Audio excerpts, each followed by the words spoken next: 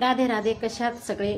आज आहे सुट्टी. सुट्टी काय, शाळेवाल्यांना आणि ऑफिसवाल्यांना सुट्टी. आम्हा गृहिणी बायकांना, आईला कुठं सुट्टी असते का नाही? त्या दिवशी आमचे कामं दिवसभर शिल्लकचे सुरू असतात, कारण की लेकरांची आणि आहोंची फरमाईश काहीतरी वेगळीच असते खाण्यासाठी.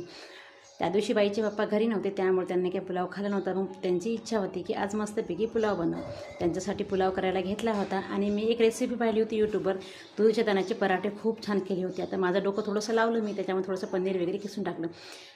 तुरीचे दाणे, लसण, अद्रक चांगला हिरव्या मिरच्या टाकून चांगलं भाजून घेतल्यानंतर त्याला थोडा वेळ थंड झालं की मिक्सरमधून बारीक काढून घेतलं होतं. म्हणजे थंड झाल्यावर बारीक काढल्यानंतर तो चिकट होणार नाही, कारण की सारण असं मोकळं होईल. त्यात थोडंसं पनीर किसून टाकलं होतं. पनीर किसून टाकलं की थोड्या वेळानं कणिक चुरून घेतलं. कणिक चुरता थोडासा मैदा आणि गव्हाचं पीठ घेतलं. त्यात थोडंसं खायचं मीठ टाकलं आणि एक आलू मात्र किसून टाकला होता, कारण त्यात चिकटपणा जाणवतो आणि खातानाही पराठे खूप चांगले लागतात. आता पुलाव वगैरे मस्तपैकी माझा करून तयार होता.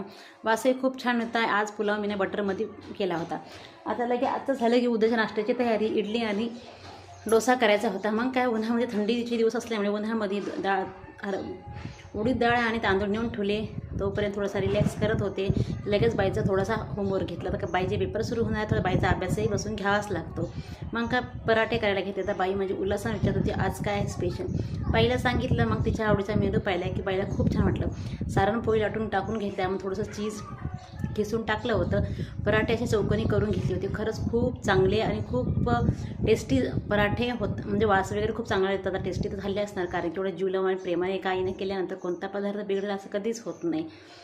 आणि तसंही मी कोणताही पदार्थ केला की माझी बाई मात्र आवडीने खाते. पराठे पाहू शकता, खूप छान असे बटर वगैरे लावून भाजले होते. एकदम कमी फ्लेम गॅसची केली होती, कारण की पराठा हा सगळ्या बाजूनी मवागी भाजला जातो आणि खायला पण क्रिस्पी आणि खूप टेस्टी लागतो. लगेच झालं की थोडंसं बटर वगैरे टाकलं, अजून थोडासा फ्राय होऊ दिला. लगेच बाईला ताट रेडी करून दिलं. पुलाव, मस्त तुळशीदाण्याचा पराठा. आज वेगळी रेसिपी केली होती. मलाही खूप छान वाटलं की माझ्या लेकरांना आणि घरच्यांना आवडलं.